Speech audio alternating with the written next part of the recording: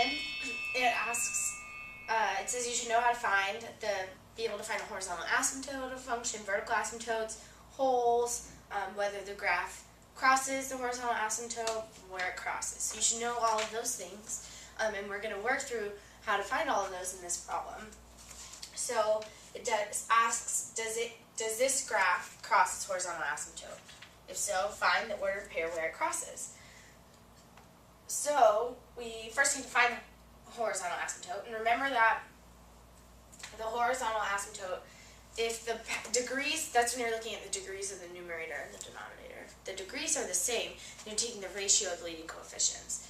If the degree on the numerator is greater than the degree on the denominator, then you don't have a horizontal asymptote. If the degree on the denominator is greater than the degree on the numerator, then you do have a horizontal asymptote and it goes to 0.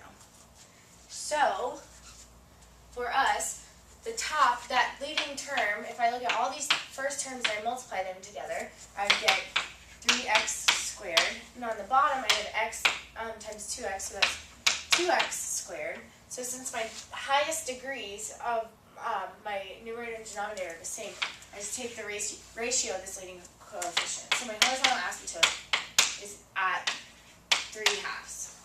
And this is the horizontal asymptote, y equals. And then we want to know, does it cross there? So if it would cross there, we set it equal. So 3/2 is equal to, and I'm going to go ahead and multiply that out, and that's going to be 3x squared minus 3 over 2x squared minus 3x plus 2x, so minus x minus 3. And so what you can do is you can bring this over, find a common denominator, and solve that way, and set it equal to 0, and you will find that indeed it does not cross. So it does not cross.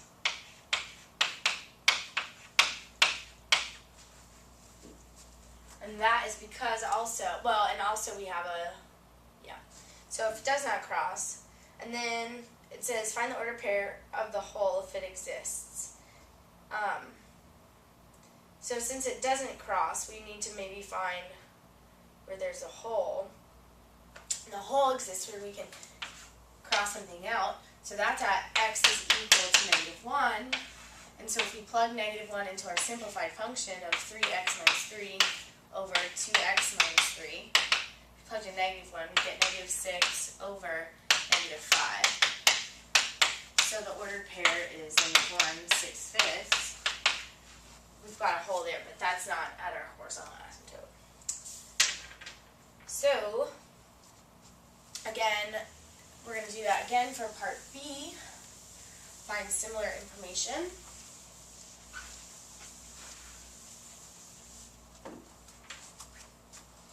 We have x squared minus 2x minus 8 over x squared minus 9.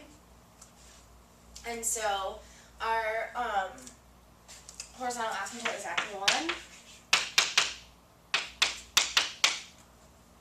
And then we need to find if it crosses. So we're going to set this equal to 1. And I know that on my denominator I have that x cannot equal plus or minus 3. So as long as I have that, I'm going to cross multiply and I get x squared minus 9 is equal to x squared minus 2x minus 8. I'm going to subtract that over. And that'll give me -2x minus 17 is equal to 0. I'm going to add 17. So minus 8x, right? Minus 9. Oh, sorry, so I'm going to add 9 over, so this gives me +1. So then I add 1, divide by a -2, and I get x equal to -1/2. So this, it should cross at,